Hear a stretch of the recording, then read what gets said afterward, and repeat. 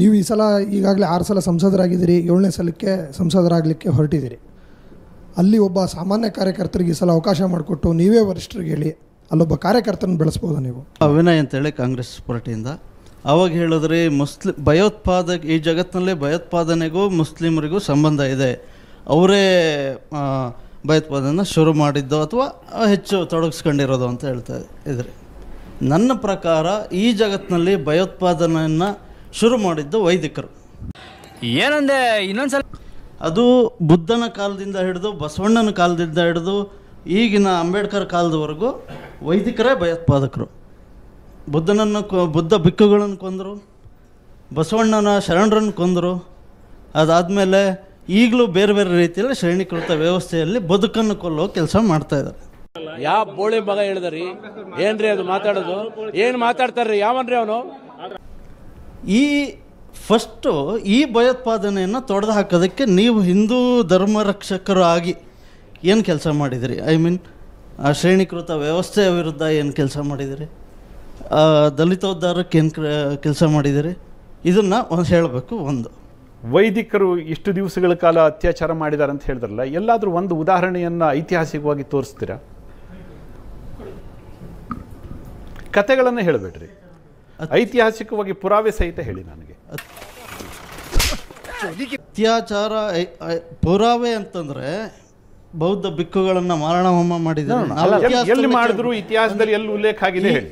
ಈ ಶರಣರನ್ನ ಎಲ್ಲಿ ಮಾಡಿದ್ರು ಅದನ್ನ ಹೇಳ್ರಿ. ವೇಗಾಗಿ ಮಾತಾಡಬೇಡ. ವೇಗಲ್ಲ, ಈ ಸಿದ್ಧಾಂತ ಏನಿದೆ ಆ ಸಿದ್ಧಾಂತ ಅದನ್ನು ಕೊಂದಿದೆ. ಯಾವ ಸಿದ್ಧಾಂತ? ವೈದಿಕ ಸಿದ್ಧಾಂತ ಶರಣ ತತ್ವವನ್ನು ಕೊಂದಿದೆ. ವೈದಿಕ ಸಿದ್ಧಾಂತ ಬೌದ್ಧ ತತ್ವವನ್ನು. ವಿನಯ್ ಅವರ ನೀವು ನಿಮ್ಮ ಸ್ಟ್ಯಾಂಡಿಂದ ಒಂದು ಸ್ಟೆಪ್ ಕೆಳಗಡೆ ಬಂದ್ರಿ. ವೈದಿಕರು ಭಯೋತ್ಪಾದಕರು ಅನ್ನೋದ್ರಿಂದ ವೈದಿಕತೆ ಭಯೋತ್ಪಾದಕ ಅನ್ನೋ ಲೆವೆಲ್ ಕೆಳಗೆ ಹೇಳಿದ್ರಿ. ಅದು ತಪ್ಪು ಅಂತ ನೀನು ಅವನಿಗೆ ಹೇಳ್ಬೇಕು ತಾನೆ? ಏನ್ ನೋಡ್ತಾ ಇದೀಯ? ನಡಿಯೋ. ಹೇಳ್ದಂಗೆ ನಾನು ಯಾವ ಜನಾಂಗವನ್ನು ಎತ್ಕೊಳ್ಳಲ್ಲ. ವೈದಿಕ ಪರಂಪರೆ. ನಾನು ಜನಾಂಗನ ಆರೋಪ ಸ್ಥಾನದಲ್ಲಿ ನಿಲ್ಸಕ್ಕೆ ರೆಡಿ ಇಲ್ಲ. ಯಾವುದೇ ಪರ್ಟಿಕ್ಯುಲರ್ ಜನ. ಈಗ ಅದಕ್ಕೆ ಸಾಕ್ಷಿ ಕೇಳ್ತಾರೆ. ಒಂದು ನಿಮಿಷ. ಈಗ ಔರಂಗಜೇಬ ಕಾಶಿ ವಿಶ್ವನಾಥನ ಮಂದಿರವನ್ನು ಒಡೆಸಿದ ಅನ್ನೋದಕ್ಕೆ ಫ್ಯಾಕ್ಚುಯಲ್ ಸಾಕ್ಷಿಗಳನ್ನು ಕೊಡ್ತಾ ಹೋಗ್ತಾರೆ. ಕೋರ್ಟ್ನಲ್ಲಿದೆ ಅದು. ಇಂಥ ಆದೇಶ ಕೊಟ್ಟ, ನೀವು ಮಾಸಿರ್ ಆಲಂಗಿರಿಗೆ ಹೋಗಿ ನೋಡಿ, ಈ ಪೇಜ್ನಲ್ಲಿ ಆತನ ಆದೇಶದ ಪ್ರತಿ ಇದೆ, ಈ ಘಟನೆ ಹಿಂಗಾಯಿತು, ಈ ರೀತಿಯಾದ ಹಿಸ್ಟಾರಿಕಲ್ ಸಾಕ್ಷ್ಯಗಳು ಸಿಗ್ತವೆ. ಆ ರೀತಿಯಾದ ಹಿಸ್ಟಾರಿಕಲ್ ಸಾಕ್ಷ್ಯಗಳನ್ನು ಕೇಳ್ತಾ ಇದ್ದಾರೆ ಅವರು. ಹಿಸ್ಟಾರಿಕಲ್ ಸಾಕ್ಷ್ಯ ನೀವು ಶರಣರನ್ನು ಮಾರಣ ಹೋಮ ಮಾಡಿರೋದ್ರೆ ಹಿಸ್ಟಾರಿಕಲ್ ಸಾಕ್ಷ್ಯಗಳು ಇದಾವೆ. ಕೊಡಿ, ತೋರಿಸಿ. ಆಯ್ತು, ಈಗ ನಾನು ತಂದು ಕೊಡಕ್ ಆಗಲ್ಲ. ಇದಾವೆ. ಅದನ್ನ ಚರ್ಚೆಗಳಾಗಬೇಕು ಅಂದ್ರೆ ಜನರಲ್ಲಿ ತಪ್ಪು ಅಭಿಪ್ರಾಯವನ್ನು ಸೃಷ್ಟಿ ಮಾಡಬೇಕು.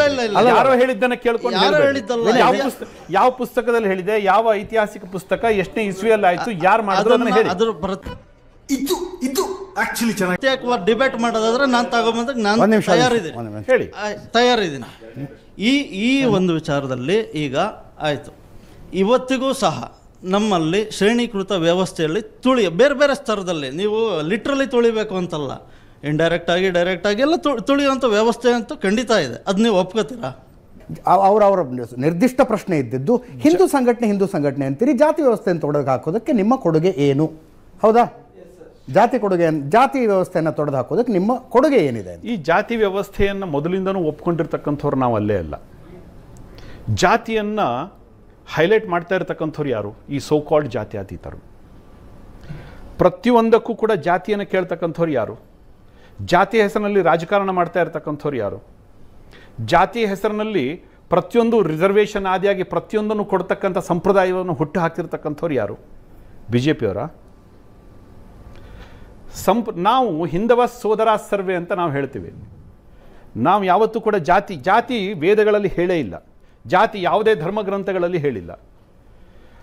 ಅದನ್ನು ತಿರುಚಿ ಇವತ್ತು ಜಾತಿಯನ್ನು ವ್ಯವಸ್ಥಿತವಾಗಿ ಜನರ ಮೇಲೆ ಹೇರ್ತಕ್ಕಂಥ ಪ್ರಯತ್ನ ಮಾಡ್ತಾ ಇರ್ತಕ್ಕಂಥವ್ರು ಯಾರು? ಅವ್ರಿಗೆ ಮತ್ತೆ ಭೇಟಿಯಾಗೋಣ. ನಮಸ್ಕಾರ.